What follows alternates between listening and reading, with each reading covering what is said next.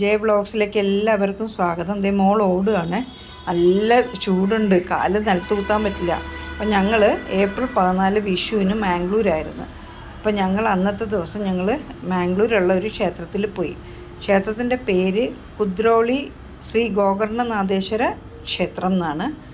അപ്പോൾ അവിടെ ഭഗവാൻ ശിവനാണ് കേട്ടോ. എല്ലാ ഈശ്വരന്മാരും ഉണ്ട്, മെയിൻ ഭഗവാൻ ശിവനാണ്.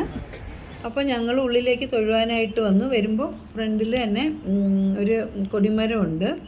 അത് കഴിഞ്ഞ് ഉള്ളിലേക്ക് ഭഗവാൻ ശിവനെ തൊഴുവാനായിട്ട് അകത്തേക്ക് കയറി. ഇതാണ് ഭഗവാന്റെ നട. അവിടെ ഞങ്ങൾ തൊഴുത് പ്രദക്ഷിണവും വെച്ചിട്ട് വന്നിരിക്കുകയാണ് കേട്ടോ. പ്രദക്ഷിണം വയ്ക്കുമ്പോൾ ഗണപതി ഭഗവാൻ, സുബ്രഹ്മണ്യ സ്വാമി, അന്നപൂർണേശ്വരി, കാലഭൈരവർ, ശനീശ്വരൻ, പിന്നെ നവഗ്രഹങ്ങൾ, പിന്നെ ശ്രീനാരായണ ഗുരുവിൻ്റെ ഒരു പ്രതിമയുണ്ട്. അതിൻ്റെ ഐതിഹ്യം ഞാൻ അടുത്ത വീഡിയോയിൽ പറയാം. പിന്നെ അപ്പം ഞങ്ങൾ ഇത് തൊഴുത് കഴിഞ്ഞു. അത് കഴിഞ്ഞ് ഞങ്ങൾ കൃഷ്ണൻ അമ്പലത്തിൽ പോകണ്ടേ, വിഷു അല്ലേ. അപ്പോൾ ഞങ്ങൾ കൃഷ്ണൻ അമ്പലം പുറത്ത് ആണ് കേട്ടോ.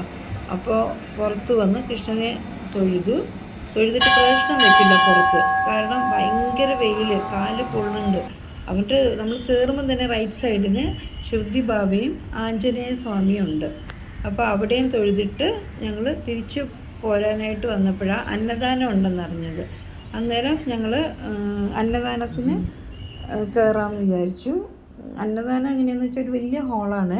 പ്ലേറ്റ് നമുക്ക് തരും, നമ്മൾ പോയി മേടിച്ച് കഴിക്കണം. വലിയ വിഭവങ്ങളൊന്നുമില്ല കേട്ടോ.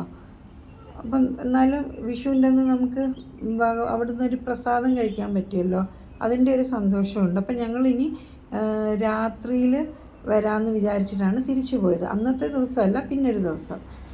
അപ്പോൾ ഭയങ്കര വെയിലായതുകൊണ്ട് മോള് ഓടി അങ്ങോട്ടേക്ക് പോവുകയാണേ. പക്ഷെ അവിടെ കാർപ്പറ്റ് ഇട്ടിട്ടുണ്ട്, കാല് പൊള്ളുന്ന കാരണം കാർപ്പറ്റ് ഇട്ടിട്ടുണ്ട്. അപ്പോൾ ആ കാർപ്പറ്റിൽ കയറി നടന്നാൽ നമുക്ക് കാല് പൊള്ളാതെ നമുക്ക് പോവാം. അപ്പോൾ കൊച്ചുമോൾ എൻ്റെ കയ്യിലായിരുന്നു. എന്നിട്ട് ഞാൻ ചേട്ടനും മോനും കൂടി കാർപ്പറ്റിൽ കൂടെ തന്നെ നടന്ന് ഞങ്ങൾ അന്നദാന ഹാളിലേക്ക് ചെന്നു. അപ്പോൾ ഞങ്ങൾ അവിടുന്ന് ഭഗവാന്റെ പ്രസാദവും കഴിച്ചിട്ട് ഞങ്ങൾ തിരിച്ച് വീട്ടിലേക്ക് പോന്നു. അപ്പോൾ ഈ അമ്പലത്തിൽ മാംഗ്ലൂർ വരുന്നവരുണ്ടെങ്കിൽ ഈ അമ്പലത്തിലേക്ക് പോകണം കേട്ടോ. നല്ലൊരു അമ്പലമാണ്.